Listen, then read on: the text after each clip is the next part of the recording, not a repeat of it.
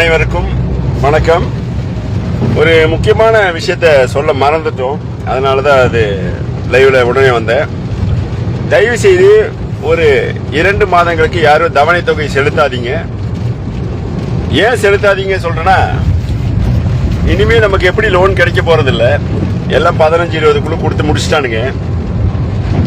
நம்ம செய்ய வேண்டியது, நம்ம குழந்தைங்களை படிக்க வைப்போம். அவர்களுக்கு பள்ளி கட்டணத்தை முதலில் செலுத்துங்கள்.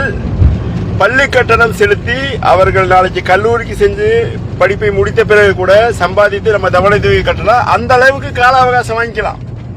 அதனால தயவு செய்து குழந்தைகளை படிப்பதற்கு அவர்களை கல்வி கொடுத்து, கல்வி அறிவு கொடுத்து, அடுத்த கட்ட ஒரு நல்ல ஒரு அதிகாரத்துக்கு வரும், ஒரு நல்ல தொழில் செய்ய, வணிகம் செய்ய, ஒரு வர்த்தகம் செய்ய அவர்களை படிக்க வைக்கும் வேலைகளில் முதலில் ஈடுபடுங்கள். தயவு செய்து கடன் வாங்கி தவணை செலுத்துற பேர்ல குழந்தைகளோட படிப்பை வீணாக்கிறாதீங்க. லோன் வாங்க முடியாது, எஜுகேஷன் லோன் வாங்க முடியாதுன்னா சட்டவிரோத குண்டர்கள் பீலா விடுவாங்க, நம்பாதீங்க. எஜுகேஷன் லோனு யாருக்கு கொடுக்கறா? முதல்ல இவனுங்க சொல்லுவானுங்க, நம்ம டியூ கட்டலாட்டி நமக்கு எஜுகேஷன் லோன் கிடைக்காதுன்னு சொல்லுவாங்க. டியூ கட்டலாட்டி எப்படி எஜுகேஷன் லோன் கிடைக்காம இருக்கும் சொல்லுங்க? சிந்திச்சு பாருங்க மக்களே.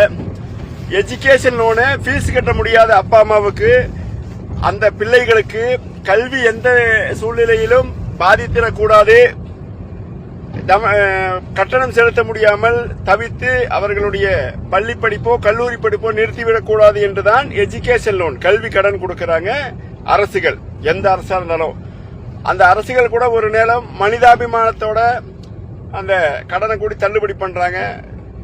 அந்த மாதிரி சூழ்நிலையில தற்போதைய காலகட்டத்தில் உங்களோட பிள்ளைகளை படிக்க வைப்பதற்கும், நல்ல பள்ளிகளில் பள்ளி கட்டணத்தை செலுத்துவதற்கும், அந்த குழந்தைகளை கல்வியில் சிந்தனை செலுத்தும் அளவிற்கு நீங்கள் குழு லோனுக்கு கட்டிட்டு பள்ளி கட்டணம் செலுத்துறாட்டி பள்ளியில வெளியே நிக்க வைப்பாங்க. பள்ளி நடத்தணும்ல, அந்த ஸ்கூல் இருக்கவங்களும் ஆசிரியர்களுக்கு சம்பளம் கொடுக்க, எல்லாமே உழைக்கக்கூடியவங்க, சட்டவிரோத குண்டர்கள் மாதிரி உழைக்காம இருக்கவங்கள, கல்வி அறிவியை சொல்லிக் கொடுக்கக்கூடிய ஆசிரியர்கள், அதை பள்ளி நடத்தக்கூடிய அந்த தாளாளர்கள், இவர்கள்லாம் முதலீடு போட்டிருக்காங்க, உழைக்கிறாங்க.